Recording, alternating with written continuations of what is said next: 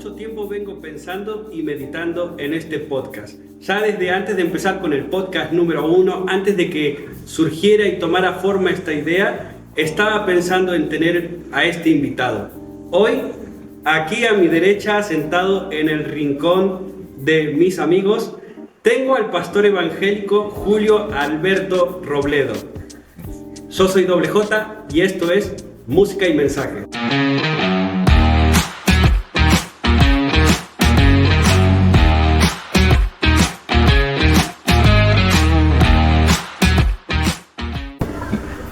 Hola pastor, ¿qué tal? Buenas tardes, bienvenido a todos aquellos que están mirando esta programación que está haciendo Juan a lo largo de todos estos podcasts, saliendo, bueno, no sé si los sábados, los días que lo presenta, porque realmente es muy interesante. Y bueno, muchas gracias por invitarme.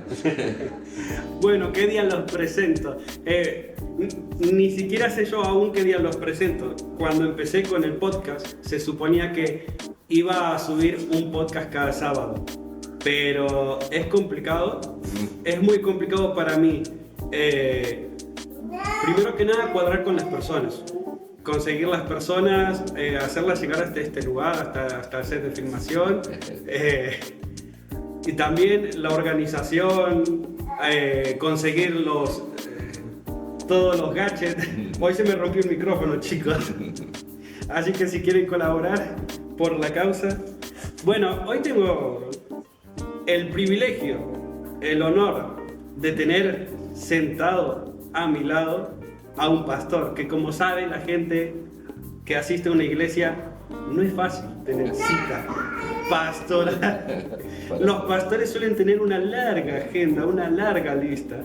Entonces, aprovechando que lo tengo hoy sentado aquí, voy a hacerle una serie de preguntas y de cuestionamientos que tengo.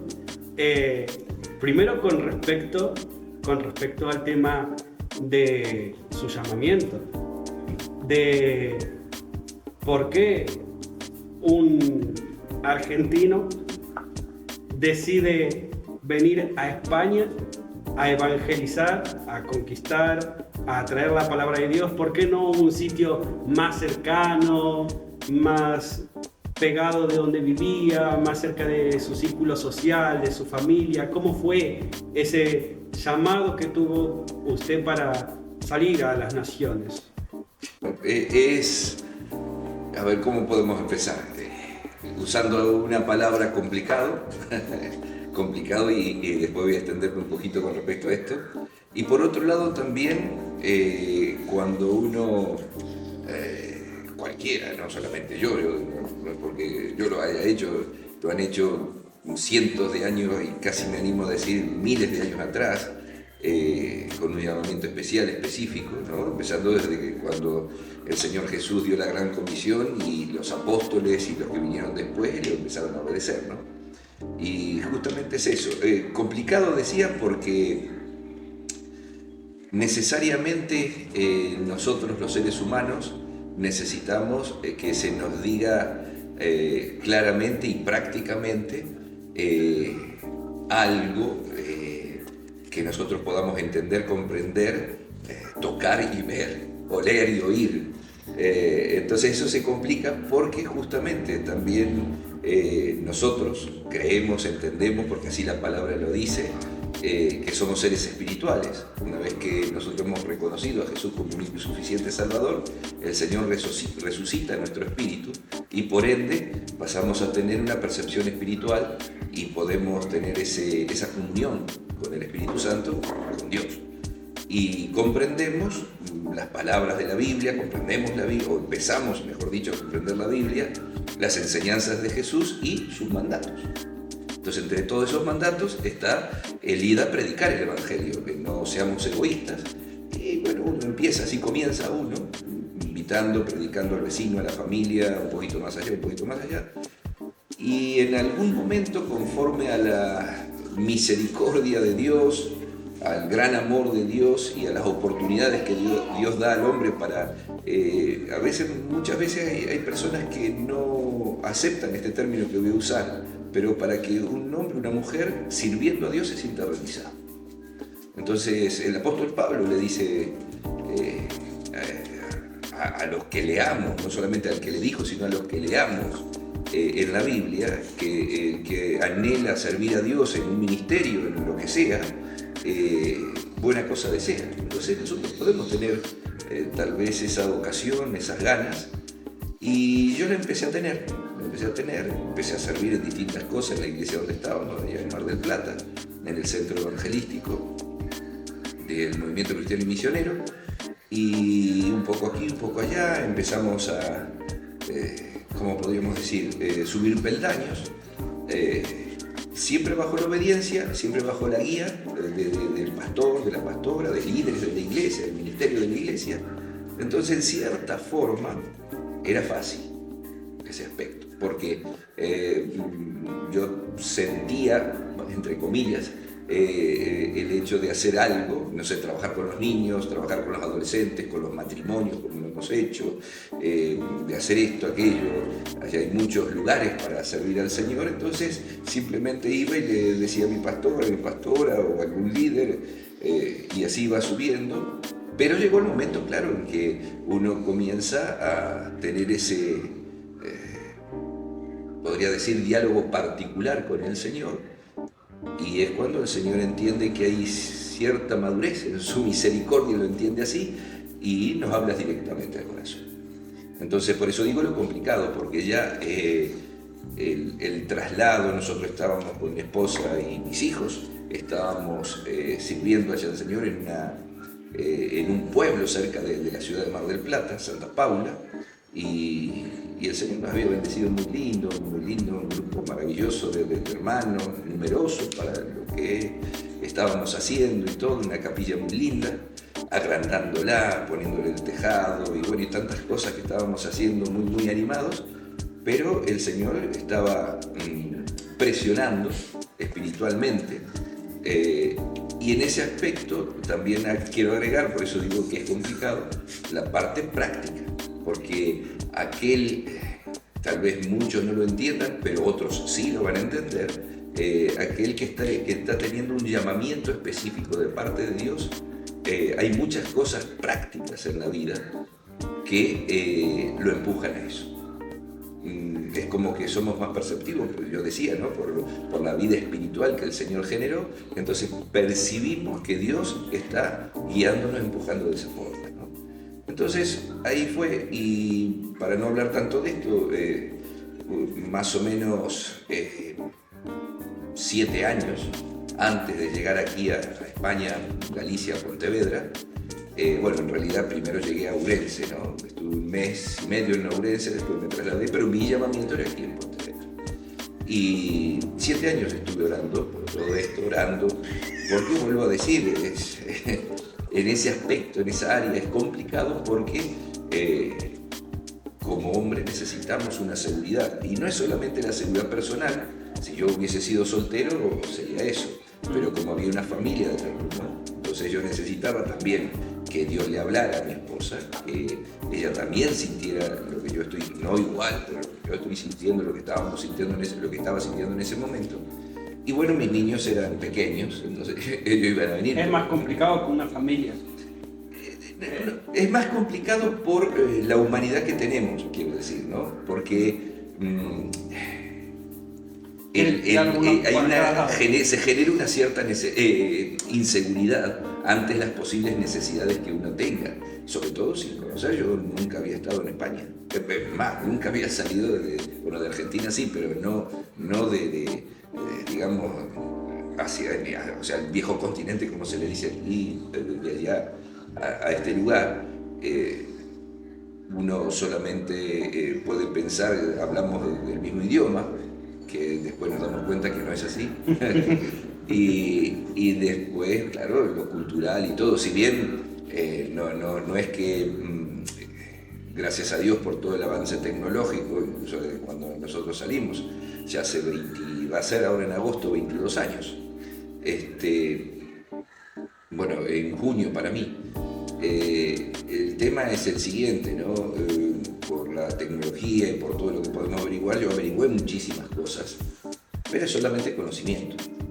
Entonces, conocimiento mezclado con ideas preconcebidas. Entonces esas ideas preconcebidas, el conocimiento que uno adquiere leyendo o escuchando, siempre está controlado en nuestra mente con las ideas preconcebidas que tenemos. Entonces, cuando venimos a lo real, a lo práctico, es cuando nos damos cuenta. Es totalmente distinto. A ver, yo estoy aquí hace 8 años en Galicia y a veces cuando estoy en casa pienso que sé hablar el gallego porque me sale alguna palabrita o algo. Pero, por ejemplo, hoy estaba trabajando en la obra, trabajo en la construcción, y estaba trabajando y un vecino entró a la casa, que es un amigo del dueño, y siempre entra a mirar y tal, y entró y se me puso a hablar en gallego, pero súper rápido, y yo... Sí, le digo, sí, de verdad, no le entendía ni la mitad. Lo único que le entendí fue buenos días. Y el resto, nada. No le entendía nada. Y me decía, a ver, chaval, pero tú que no entiendes lo que te estoy hablando. Y me hablaba y se cansó de hablarme, de que vio que yo no le entendía, y pegó la media vuelta y se fue. Y a veces pasa eso, que tenemos como ese choque, ese encontronazo, que desde casa o desde atrás, desde una pantalla, creemos que sabemos. Pero después cuando llegas a la realidad, es otra cosa. Y no es por nada, pero yo siempre considero que en el mundo espiritual nos sucede lo mismo. Uno puede tener, por ejemplo, mucha teología, mucho conocimiento, que me parece genial. A mí me encanta estudiar la palabra y todo. Pero muchas veces cuando queremos ir a la practicidad, a practicar lo que estudiamos, nos cuesta. Y erramos un montón. Y nos pasa mucho. Y quería preguntarle también, usted, esta es una pregunta que le hago siempre a todos. ¿Viene ya de un hogar cristiano? ¿Fue creyente toda su vida? ¿O estuvo en alguna etapa, como digamos, lejos de Dios? ¿Sabe que, por ejemplo, podríamos dividir esto en 3 ramas, en tres parámetros? Están los que caen adentro del teísmo, que pueden tener una religión, ya sea la cristiana u otra. Están los que caen adentro del agnosticismo, que están en el medio, que dicen no tomar ninguna decisión sobre la existencia de Dios porque no tienen suficientes pruebas. Y luego están los que ya son negacionistas, que son los ateos, que ateo, bueno, es sin Dios.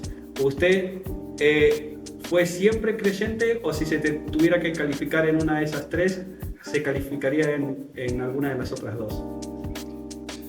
Sí, no, ateo no, porque yo me crié en una familia convencional argentina, supuestamente católica, apostólica romana, pero digo supuestamente porque solo... No practicante. No practicante, no solo no practicante, sino tampoco, porque a veces decimos el católico no practicante. Hay católicos de nombre, pero que son justamente más agnósticos que católicos. El agnóstico no es esa persona que cree que hay algo, pero no sabe qué. Le puede llamar cualquier cosa. Entonces, ¿qué sucede? Sucede que si viene alguien que le dice, mira, tú enciendes esta vela y dices estas 3 cosas y lo crees, te va a pasar. Viene otro y le da una estatuita del gordito famoso. Bueno, pero pasa también con los evangélicos, ¿eh? Bueno, eso, pero digo... O sea, no es por señalar a una religión o a otra, o sea, no es algo, no es un síntoma del católico, es un síntoma en general de mucha gente que practica muchas creencias, caer en eso de ni siquiera conocer su creencia a profundidad, en plan, creo lo que dice un hombre, pero no profundizo en el libro sagrado que tenga mi creencia. Claro, es eso, así era mi familia, es lo que decía, ¿no? Nos decíamos, yo ya había crecido bastante, ya cuando realmente descubrí me predicaron, descubrí la Biblia, conocí o empecé a conocer al Señor, yo tenía 19 años, ¿no? Y el tema es el siguiente, que en mi familia se practicaba lo general y social que se practica no puedo decir normalmente, sino como costumbre, el bautismo, el casamiento y las defunciones, ¿no? Cuando alguien partía. Y esos eran los momentos en que uno iba a la llamada iglesia, ¿no? Así. Y bueno, y así me crié. Entonces sabía ciertas cosas de lo que había oído, me habían enseñado, yendo, porque me crié en distintos, bueno, en 2 lugares específicamente, ¿no? En una ciudad y en un pueblo. Yo nací en una ciudad de las sierras de la provincia de Buenos Aires, llamada Tandil, y estuve como niño. Después mi papá, por cuestión de trabajo, se trasladó a otro lugar y lógicamente nos trasladamos toda la familia, y una empresa que hace, no sé si sigue haciendo, cemento, allá muy famosa, y bueno, y ahí estábamos viviendo, y ahí hasta llegar hasta el instituto, ¿no? Después ya salí yo de ese pueblo llamado Villa Cacique Barca, lo decían ahora, no sé cómo es, ahora está separado, pero en ese momento se llamaba así, y después yo por estudios que justamente aparecí en Mar del Plata. Pero bueno, lo que tú me preguntabas, no, yo no creía en Dios según la conveniencia, creía en Dios conforme a lo que yo pretendía que Dios hiciera en mí, o por mí, mejor dicho. Esa era mi creencia, o sea, en otras palabras, y comúnmente hablando, como tenía necesidad, el Señor... Un genio a la lámpara. Más o menos. Y porque así lo entendía, mi cosmovisión espiritual, si se puede decir así, era esa, porque era lo que mi familia vivía toda, ¿no? No solo mi familia, desde mis padres, mis hermanos, sino la familia grande, vamos a decir así, y aún los vecinos, los que yo conocía. Solamente me acuerdo que después yo me daba cuenta, porque no entendía tampoco, un hermano en la fe, pastor de una ciudad también cercana, ahí donde yo me crié en la infancia, adolescencia, Martín Toledo se llama él, por si lo logro, pero si me está en el momento nos escucha. Él es pastor de María Ignacia Vela, una ciudad de allá de la provincia de Buenos Aires, en Argentina. Y él sí le predicó muchas veces a mi padre, a mi madre, y habló un poco conmigo, pero ya digo, yo era un niño adolescente. Después, perdimos ese contacto, no sé cómo fue, y después a la vuelta de la vida, las cosas del Señor lo vengo a encontrar de nuevo, ¿no? Y ya otra relación con él, y bueno, y quiero decir, ¿no? En el momento en que yo conozco al Señor, yo fui el primero, ¿no? Respondiendo a lo que tú me preguntabas, fue el primero de mi familia. Después fue mi hermano, el menor de los varones, y después mis padres. Ahí pasaron y todo, y bueno, ellos ya partieron con el Señor, esa es mi fe. Y mi hermano, el que me seguía, también conoce al Señor, se alejó un poco, volvió, y en el momento que vuelve el Señor se lo lleva. Y bueno, y quedan mis 2 hermanos y una hermana menor que tengo, y bueno, creyendo por ellos también, para que tengan la rectitud de buscar al Señor como corresponde también, ¿no? Pero volviendo a lo que, para terminar la respuesta a lo que tú me preguntabas, el momento en que yo conozco al Señor, o comienzo a conocer al Señor, comienzo a leer la Biblia, a darme cuenta, ese comienzo para mí fue muy radical. Entonces yo vivía, como te decía, por estudios en Mar del Plata, y cada tanto volvía a la casa de mis padres.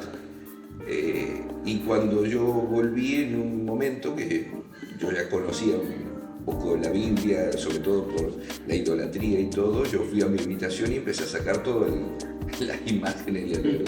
Y claro, cuando vio mi madre, pero sin decir nada, así, o sea, muy, como que decir, muy tajante, así, ¿no? Y sin explicación ni nada, empecé en una bolsa de residuos metiendo todo, Y mi madre, claro, al ver eso se puso a llorar porque pensaba que yo me había vuelto loco. Le dijo a mi padre se enfadó, me empezó a decir cosas, qué sé yo. Pero yo seguí en mis 13 ahí también. Y tirando todo claro y sin dar explicaciones, yo hoy a la vuelta de la vida yo me imaginé qué habrá pasado por la mente de él. Bueno, después sí lo charlamos, ¿no? Y nos reíamos, pero en ese momento yo me decía, mi mamá me decía... Igual pensarían que te estaba volviendo algo pagano. Sí, bien, tú vas a ver cómo era, pero lo que yo pensaba en ese momento. Pero así fue esa radicalidad por creer realmente la palabra de Dios para ponerla en práctica. Y así fue como yo conocí, no nací en un hogar cristiano, pero sí Dios transformó el lugar donde yo nací, gracias a Dios. Eso es bueno. Pastor, le quería preguntar, no sé si a veces le pasa a usted que pareciera que dentro del pueblo cristiano hay gente que lamentablemente es cristiana. Digo cristiana entre comillas porque en vez de ayudarte a salir de un error, en plan te pueden atacar, te pueden criticar. Por ejemplo, hoy estaba mirando mis redes sociales y vi un vídeo de una chica que estaba predicando en el autobús. Me pareció genial. A ver, yo no lo suelo hacer, predicar así, pero me pareció genial. Y había tantos comentarios positivos como negativos. Pero lo que me llamó fuertemente la atención es que comentarios negativos de gente creyente diciéndole lo que estás haciendo no sirve para nada, así no es como se debe predicar, lo que dijiste está mal o te estás equivocando. En vez de quizás ayudar a la persona, decirle mira, podrías probar a hacer esto de otra forma, o predicar esto, o no utilizar estas palabras, como muy atacantes. Y creo que a veces, lamentablemente, dentro de lo que es el cuerpo de Cristo, pareciera que vemos crecer como el trigo y la cizaña, ¿no? Como dice la palabra, el trigo y la cizaña juntamente. Y me imagino que usted en su vida de pastor y tal ha recibido quizá muchas críticas o quizá ataques que a mí me gusta verlos como ataques espirituales del enemigo. No creo que tengamos lucha contra carne ni sangre, sino creo que a veces es el enemigo que utiliza a las personas para hacernos tropezar. Quería saber cómo podemos reaccionar como hijos de Dios ante esas situaciones que vemos la adversidad que viene hacia nosotros, pero no desde el exterior, sino desde el interior, desde los que se supone que tienen que estar codo a codo con nosotros. ¿Cómo podemos hacer para reaccionar o qué deberíamos de hacer en esas situaciones? Primero, nosotros tenemos que reconocer que somos malos, todos los seres humanos, ¿no? Jesús dijo, no hay bueno ni uno. Entonces somos malos. Y como tenemos esa maldad, el rey David en su momento él le dice al Señor, límpiame de mi maldad, ¿no?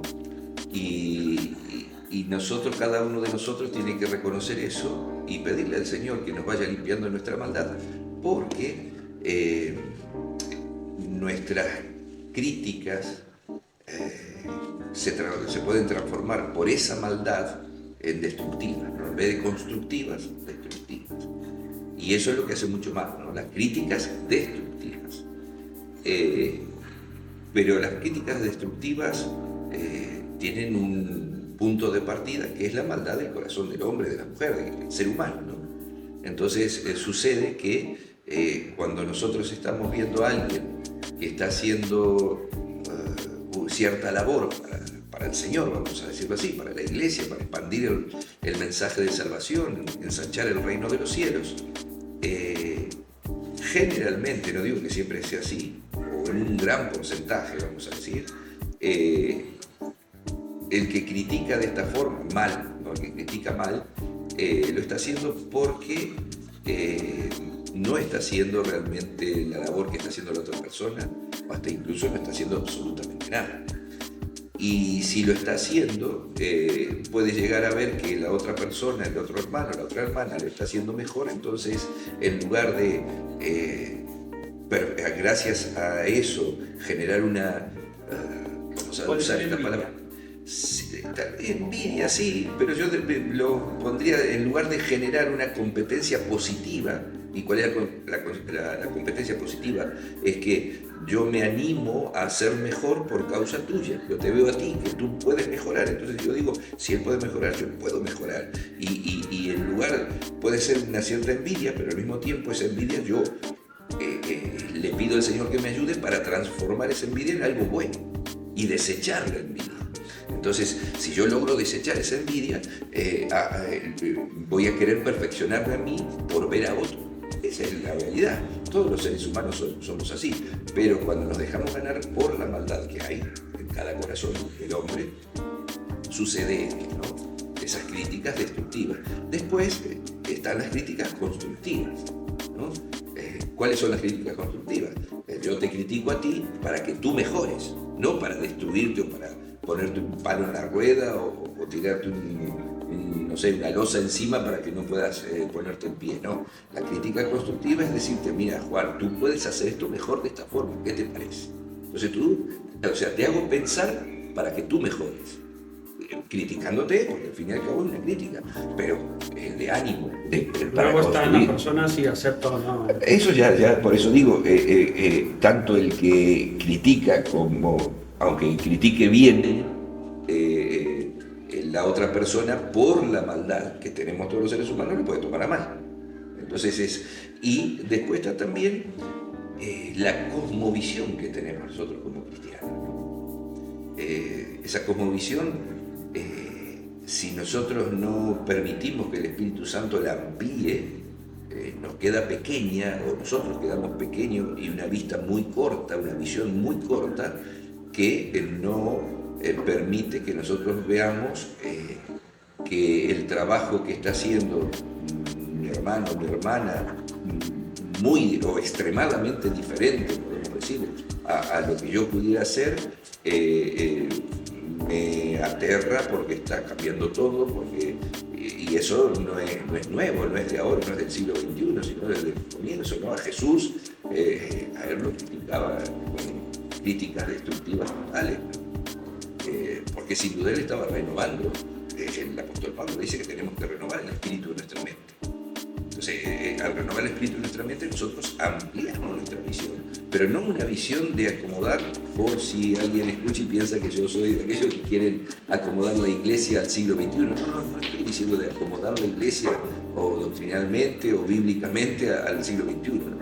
No, la Biblia no se tiene que acomodar a ningún siglo ni a ninguna generación. Nosotros no tenemos que acomodar, todas las generaciones, todos los seres humanos no tenemos que acomodar a la Biblia. Lo que quiero decir es que muchas veces nosotros tenemos que hacer las aplicaciones concretas y prácticas de lo que la Biblia nos dice conforme a la situación que estamos viviendo. Cuando el Señor Jesús le predicó a gente, le habló a la gente, le reveló las palabras como correspondía a gente que conocía de Dios, conocía de la Torá, y además querían poner en práctica la Biblia. Entonces, en ese momento la Torá, los profetas, y el Señor les abrió, o sea, la intención de él era abrir la mente. Pero de esa forma como predicó el Señor, después de otra forma, pocos años después, el apóstol Pablo predicó de otra forma. O sea, con el mismo mensaje, con el mismo sentido, predicando del Señor, de la salvación, del arrepentimiento, pero con un mensaje más abierto, incluso más filosófico, se podría decir. Y así a través de los años uno se va acomodando la forma de expresar el Evangelio conforme a lo que va surgiendo, pero no, en la Biblia no se tiene que acomodar a las costumbres, a las tradiciones, a las generaciones que van haciendo, sino que todo se tiene que acomodar a lo que dice la Biblia. Bueno, es importante esto que me mencionas y yo siempre lo tengo en cuenta, de que, por ejemplo, yo creo que cada persona individualmente, y esto siempre lo estoy recalcando, cada persona individualmente, independientemente de si va a una iglesia o a una mezquita, donde sea, esa persona, si es creyente, cristiano, si profesa la religión cristiana, tiene que ser un practicante lector de la Biblia. No, a mí no me termina de entrar en la cabeza que existan cristianos que tengan 3, 4, 5, 10 años y no hayan ni comenzado a leer y que solo crean en la predicación, que no me parece mal, no me parece mal, pero ¿cuál es el problema? Que yo encuentro que todos los predicadores tienen puntos de vista distintos con respecto a diferentes temas, ¿no? Y hay temas que son muy puntuales y muy importantes, tanto como para nuestra salvación como para nuestra consagración, y hay predicadores que cuando los miramos vienen y te predican una cosa y viene otro y te predica otra cosa, y pareciera que todos vienen supuestamente con la Biblia, pero no todos te dicen lo mismo. Entonces es muy necesario que el creyente sepa ir a la fuente. Por ejemplo, sin ir más lejos, por ejemplo, el tema, no sé, por ejemplo, doctrina del bautismo. Yo recuerdo que ha venido gente a predicarme que si no te bautizabas, te ibas para abajo, y te lo enseñaban así. Y luego había otros que no, que venían y te enseñaban otra cosa, que no hacía falta estar bautizado y tal. Luego he conocido gente, y esto no es broma, pero he conocido gente que se ha bautizado hasta 10 veces. Y el otro día estaba viendo un chico que también hace podcast, pero que es católico, que es ex evangélico y ahora es católico, se cambió de religión. Y cuando fue evangélico se bautizó 4 veces, y ahora que es católico se bautizó por 5ª vez. O sea, que si la salvación va por bautismo, él va a la cabeza. O qué sé yo, temas doctrinales con respecto a X cosa, o a esto, o a lo otro y tal. No es por puntualizar en esto en específico, pero yo creo que si uno realmente quiere conocer a Dios, tiene que estudiar su palabra, qué es lo que Dios dice. Eso es lo que pienso yo, ¿no? Sí, lo que sucede es que siempre volvemos a... Pero el predicador no deja de ser un hombre. No deja de ser un hombre, no ya sea un pastor, o ya sea un cura, o ya sea un rabino, o quien sea, que se le tiene todo el respeto y todo el aprecio del mundo porque hacen todos una gran labor y un gran trabajo, pero no dejan de ser un hombre que pueden equivocarse, y no a propósito, pueden equivocarse sin querer queriendo hacer lo mejor, pueden fallar en algo. Sí, es justamente eso lo que te iba a decir, ¿no? Siempre tenemos que recordar que somos humanos, ¿no? Por un lado, la ignorancia no es pecado. Entiendo yo que sí es pecado el no querer salir de la ignorancia, ¿no? El no querer abrir la mente para entender lo que la Biblia dice también, ¿no? Incluso estar preparados para aceptar que alguien puede tener una revelación mayor. Entonces, eso es lo maravilloso, ¿no? Cuando uno se da cuenta que somos totalmente distintos los seres humanos y que cada uno tiene habilidades que no tiene el otro. Y lo mismo ocurre con el área espiritual, como hablábamos, para entender, comprender, para que la palabra de Dios sea revelada, y a veces la revelación de la palabra de Dios va en etapas, podría decir así. Tú, quien sea, todos podemos mirar en la Biblia cómo la revelación de Dios fue dada en etapas, ¿no? Desde el comienzo, a partir del Génesis, toda una revelación de Dios, que a veces la gente no comprende eso, porque muchas veces se pregunta, pero ¿por qué se permitía esto? ¿Por qué hizo esto? ¿Por qué? Porque había cosas que no tenían revelación, que Jesús mismo lo aclara, ¿no? Cuando le dice, hablando de Juan el Bautista, le dice que Juan el Bautista era el profeta más grande, incluso comparándolo con Isaías, con profetas que tenía. A ver, éramos como una especie de cavernícolas racionales.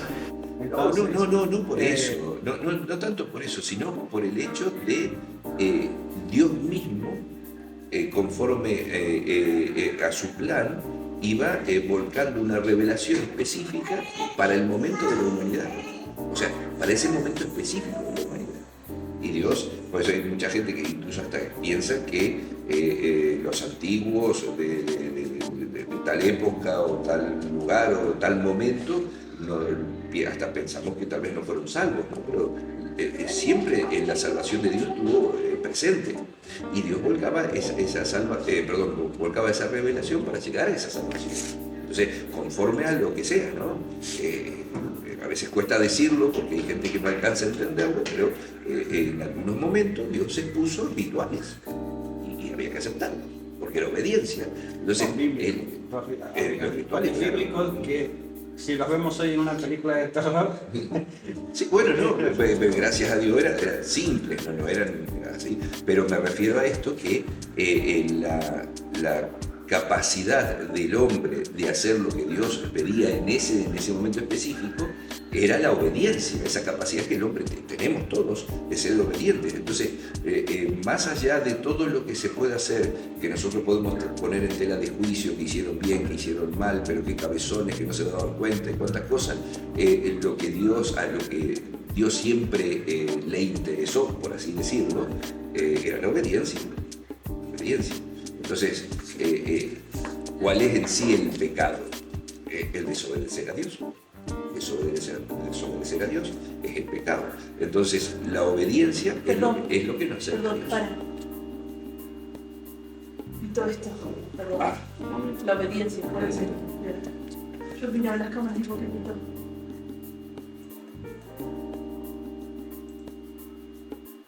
Ahí está. Sí. Tú lo puedes ver. La obediencia. Bueno, yo digo la obediencia, pero tú sepas. La obediencia es justamente lo que el Señor, no sé si decir premia, pero es lo que Él intenta que nosotros tengamos. De hecho, últimamente estoy hablándole mucho a los hermanos de nuestra congregación de Emuná. Emuná es una palabra hebrea que se traduce como fe. Pero realmente la traducción real es firmeza. Y esa fe, esa firmeza, dice que Abraham fue justificado por esa fe o por esa firmeza. Pero ¿cuál era realmente la firmeza? Creerle a Dios y obedecerle. O sea, a pesar de las circunstancias contrarias, esto Dios lo dijo y yo obedezco. Entonces, volviendo a lo que, o sea, con esta introducción como para decir esto, ¿no? Lo que tú decías es una gran verdad, que cada hombre, pastor, ministro, como se le quiera llamar, la representación de una capacidad de predicar la palabra en conjunto con todos, es una gran responsabilidad. Y en esa responsabilidad, vuelvo a insistir, lamentablemente aún, tal vez me van a querer tirar con un zapato, pero aunque sea pastor o como se les dice en otras religiones, vicario o lo que sea, que eso es tremendo no decir así, pero bueno, somos malos. Entonces, en esa maldad nosotros generamos, que lo que sale de nuestro corazón, como dijo el Señor Jesús, un interés humano propio, personal, egoísta. Y en ese interés puede caer que nosotros usemos lo que Dios nos ha dado para tener poder, tener dinero y muchas cosas. Eso sería lo malo. Pero después lo que tú decías, a veces estamos honradamente equivocados, si cabe la combinación de palabras. Entonces, cuando estamos honradamente equivocados, la misericordia de Dios actúa, siempre actúa la misericordia de Dios con el hombre malo, pero cuando estamos así, Dios va a actuar y nos va a hacer ver la realidad.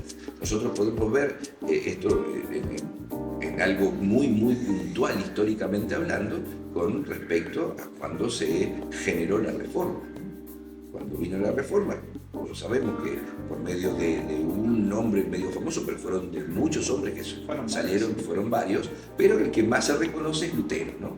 Entonces, cuando Lutero expone todo esto, no fue que se levantó una mañana y empezó a decir eso, ¿no? O sea, las tesis que empezaron y pensando en clavarlas en la puerta. No, sin duda esto fue un trabajo del Espíritu Santo, que fue trabajando en él abriendo su corazón y se dio cuenta que estaba equivocado.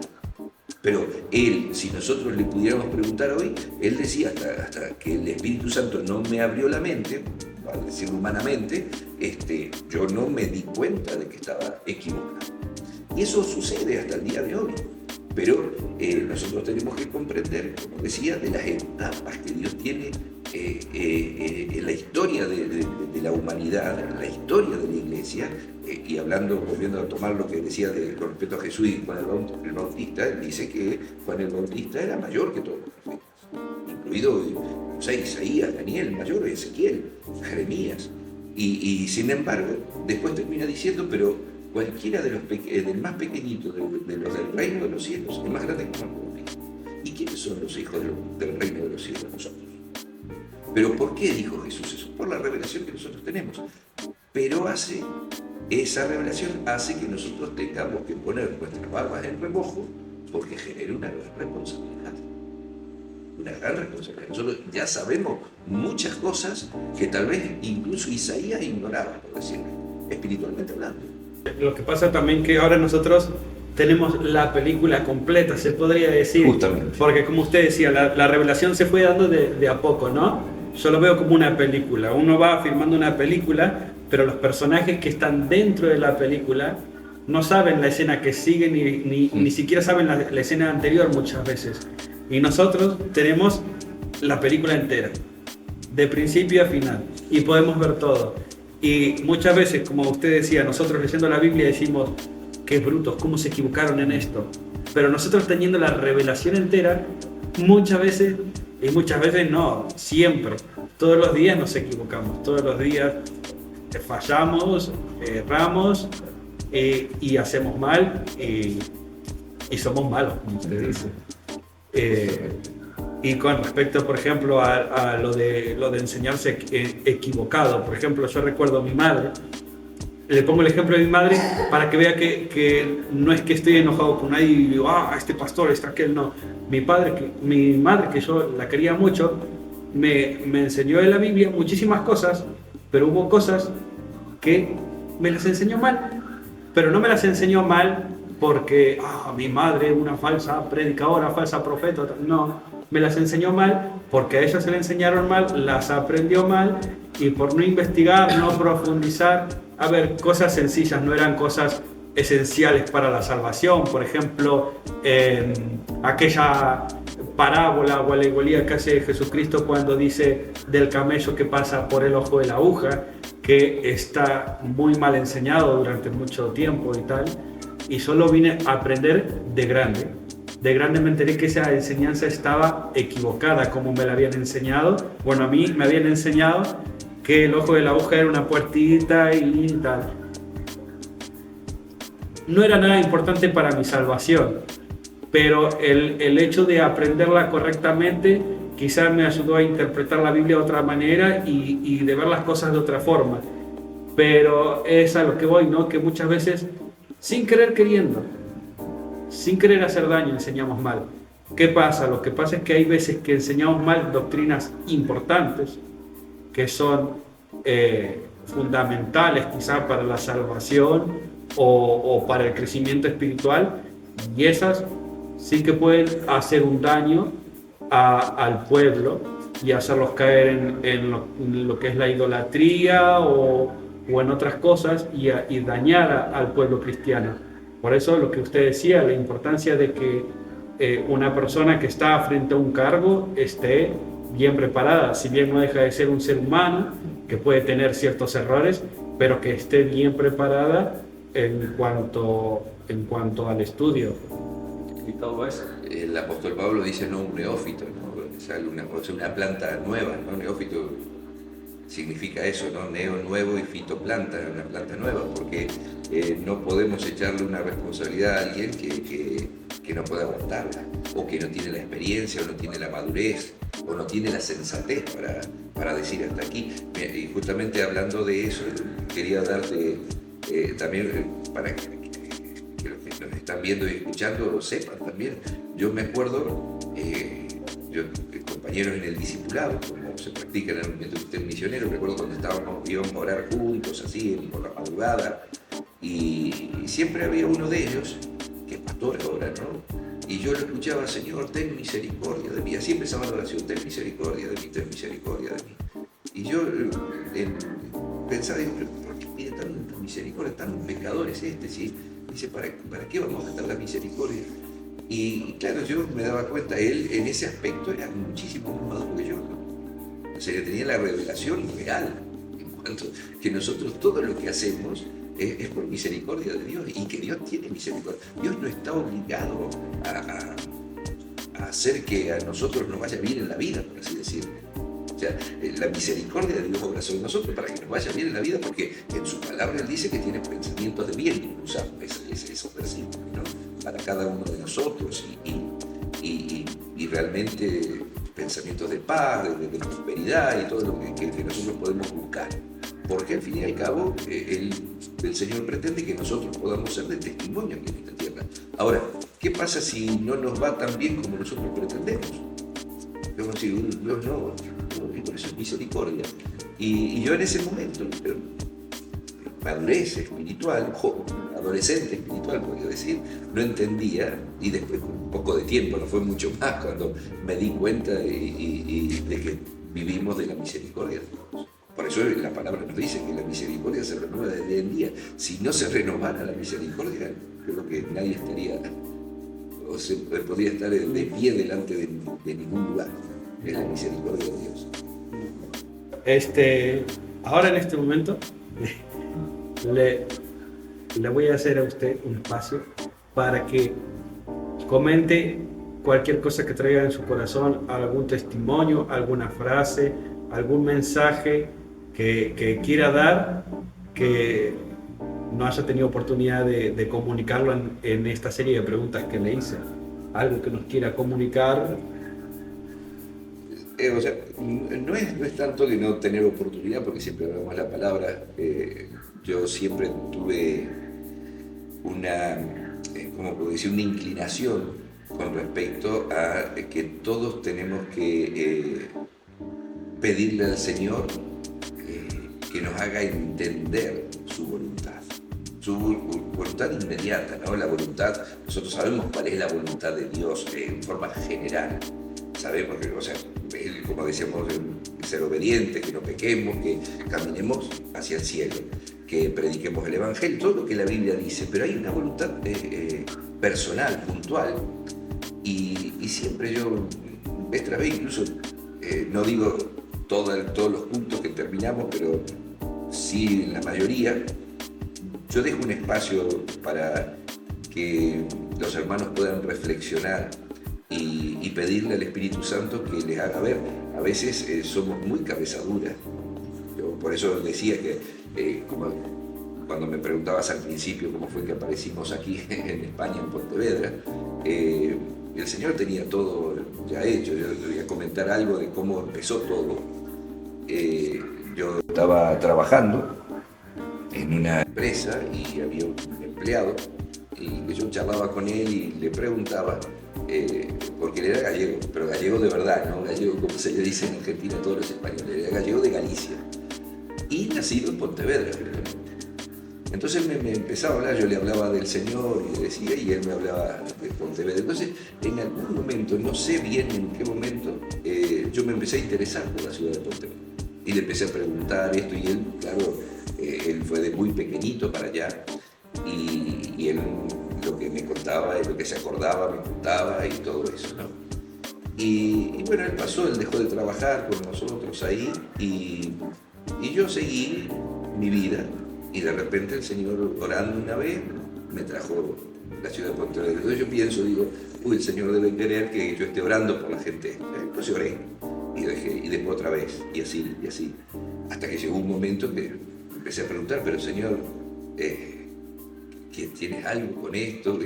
Y todo eso fue madurando. Entonces, en un momento, yo dije, yo no alcanzo a entender si Dios quiere que yo vaya a predicar allá, con sinceridad se lo decía, ¿qué quiere? Y de repente digo, tengo que poner alguna prueba, algún vellón como hizo Gedeón, a ver Señor, si haces esto es que tú quieres que yo vaya. Y no pasaba nada, pero eso sentía en mi corazón. Entonces llegó un momento en que le dije, Señor, tú sabes que yo soy muy duro de pensar, de darme cuenta, espiritualmente tal vez no soy tan sensible para ver, no tener una visión, por favor, háblame. Y bueno, eso ya sería para otro momento contarlo, claro. Y el Señor me habla, ¿no? Me habla y con contundencia para que yo me dé cuenta. Entonces, ¿qué quiero decir con esto? Que seamos capaces, aquellos que buscamos a Dios, que queremos saber de Dios, seamos capaces de ser sinceros con Dios y decirle, Señor, no entiendo esto.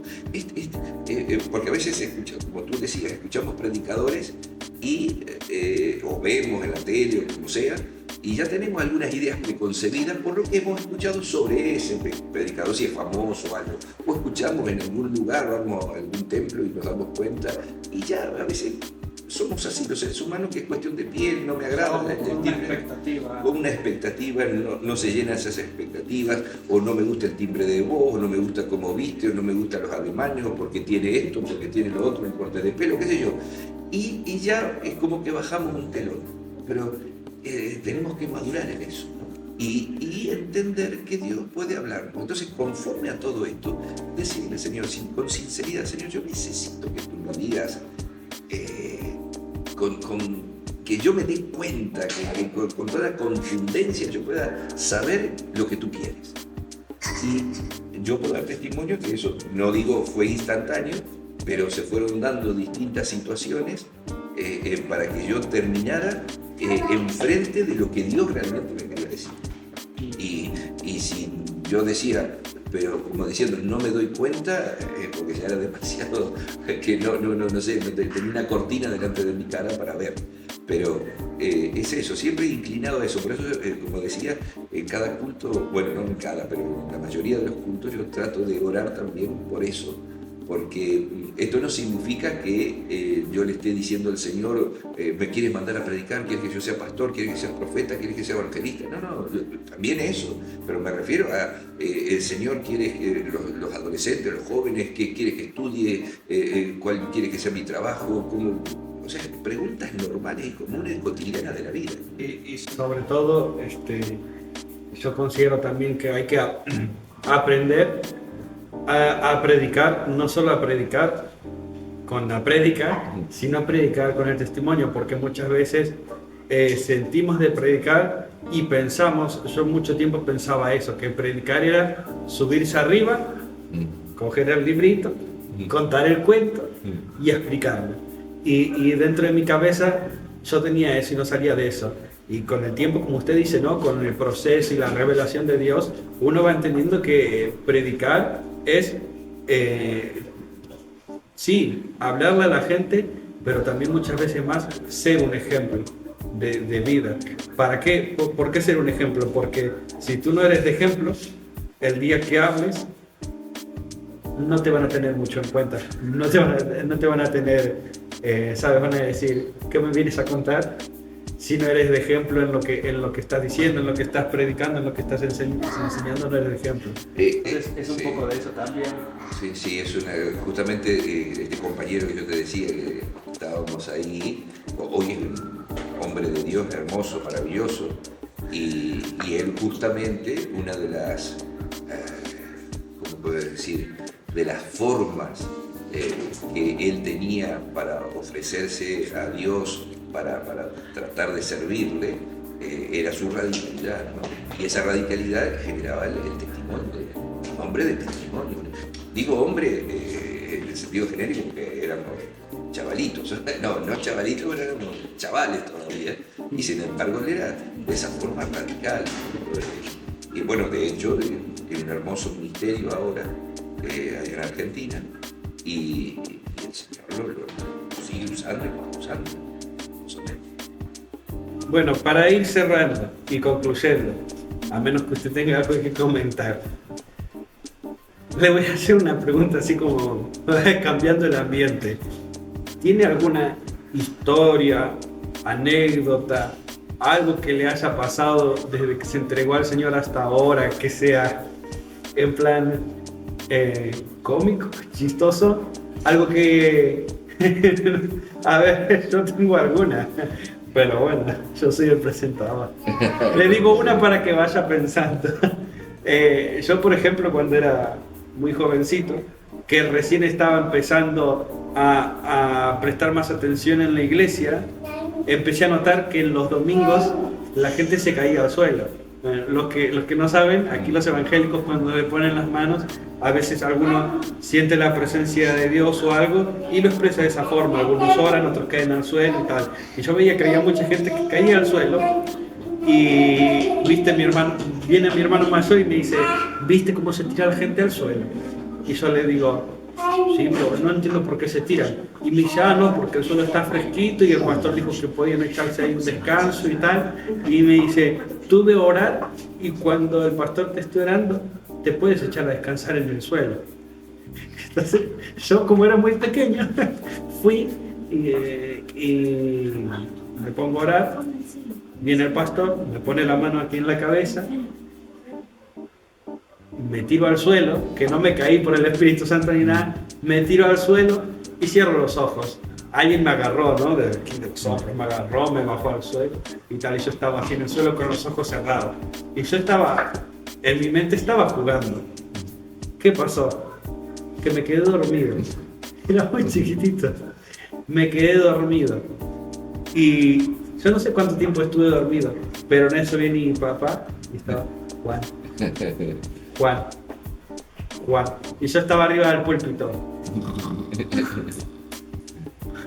Dormido, roncando, el pastor que ya había terminado de orar y estaba dando un mensaje de reflexión para acabar y todo eso. Y en ese momento no tuve vergüenza, claro, porque era pequeño y tal. Y fue unas risas y tal. Bueno, no sé, por contar algo así. Ya, sí, hay muchas anécdotas que pasan, sí, a veces por error, por equivocación, sí que las hay.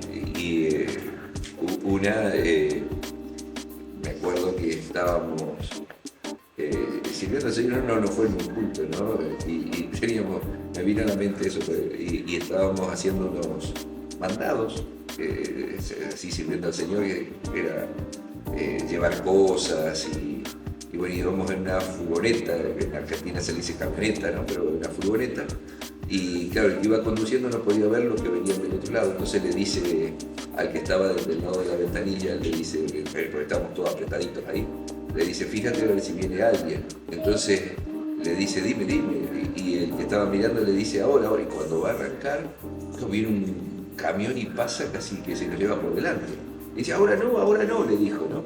Entonces, eso fue un poco la broma, pero lo más cómico fue que le dice, pero ¿cómo? Y le dice, pero es que yo te dije ahora no, pero dilo más rápido. Y se pusieron a discutir entre ellos a ver quién era el que tenía la razón, ¿no? Y quedamos ahí.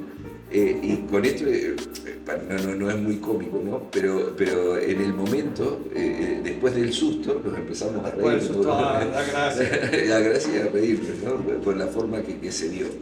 Y otro tema que hace poco, no voy a decir cuándo, no de los cultos, estábamos así, le pido a un hermano, que fue muy cómico, realmente, porque estaba en un momento serio, ¿no? De un culto de oración, y le digo a un hermano, por favor tienes que orar que pidieron una oración por Remedios. Por Remedios, me dice. Remedios era el nombre. Remedios era el nombre, claro, él pensaba que era por Remedios para bien. Y esas cosas que pasan, ¿no? Ay, me acordé de una. En un congreso de niños en Argentina, hubo un niño que se golpeó la cabeza y se le hizo un chichón. y estaba llorando, estaba con el chichón en la cabeza y venía llorando. Y unos hermanos dicen, ay, ve con el pastor a que te ora y tal. Y el pastor le empieza a orar y le está orando, que se sane y tal. Y le dice, salchichón. Salchichón. Media congregación partiéndose. Una risa. Bueno, y una vez también, aprovechando anécdota, me pusieron de mal llamado ujier, ayudante, a sostener a la gente, porque estábamos en una campaña evangelística, la iglesia estaba en una campaña evangelística, y vino un predicador, si no mal recuerdo, creo que era Zavala, pero no estoy seguro. Lo que tiene este predicador es que cuando ora la gente cae a montones, caen de asientos. Entonces pusieron varios ayudantes a que sujetaran a la gente que caía para que no se golpeara y no se lastimara, obviamente. Y en eso él se pone a orar por alguien y yo justo estaba atrás de esa persona y pongo las manos, pero cuando miro a la persona, era una persona que valía por 5. Una persona de cuerpo importante, grande, fuerte, tal. Y yo digo, voy aquí, de aquí no salgo yo. Y empiezo a mirar para otros lados, a buscar a alguien que me ayudara y tal. No, el hombre cayó encima mío, pastor.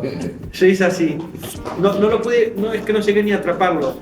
Caí yo al suelo con él encima aplastándome. Y además, yo no sé si el hermano estaba en la presencia de Dios o se estaba pasando de listo porque estaba encima mío y no se levantaba. Y que me lo quite. Bueno, estuve aplastado ahí en el suelo. No sé, un minuto igual no, pero 30 segundos por lo menos estuve aplastado. Y en ese momento fue asfixiante, pero ahora lo cuento y es un poco chistoso. Bueno, ¿Algo más que quiera añadir? Solo que todo lo que están escuchando, todo lo que estamos haciendo, lo que Juan está haciendo, no deja de ser un esfuerzo, un trabajo. Todo esto tiene una meta, ¿no? Y es hacer comprender que el Evangelio no es lo que muchas veces se piensa, sino que es un estilo de vida, es una forma de vivir, la cual la Biblia nos enseña cómo, y a veces en el Antiguo Pacto, que muchas veces la gente no entiende mucho, pero justamente Jesús vino a aclararnos y a enseñarnos lo que realmente es el Antiguo Pacto. Y luego el magnífico Espíritu Santo que está con nosotros es quien nos lleva a toda verdad. ¿Y cuál es esa verdad? La verdad es que Dios nos ama, que nos ha dado a Jesús, al Mesías, a Yeshua, para que nosotros creamos en Él y en ese sacrificio tremendo, terrible, horrible que hizo por cada uno de nosotros, para darnos la posibilidad de tener el perdón de pecados mediante el arrepentimiento de esos pecados. Entonces, todo eso concluye en que cada uno de nosotros tiene hoy siglo XXI, tenemos la posibilidad de caminar en el reino de los cielos, limpios, santos, santos apartados para Él, pero santos con una vida santa, justificados porque el Señor nos justificó. Y eso es creer en Jesús como el único y suficiente Salvador de nuestras vidas, y que podemos ir al cielo. El cielo está abierto para nosotros. Amén. Bueno, gente, hasta aquí el podcastazo de hoy. Que Dios les bendiga a todos y nos vemos en el próximo podcast.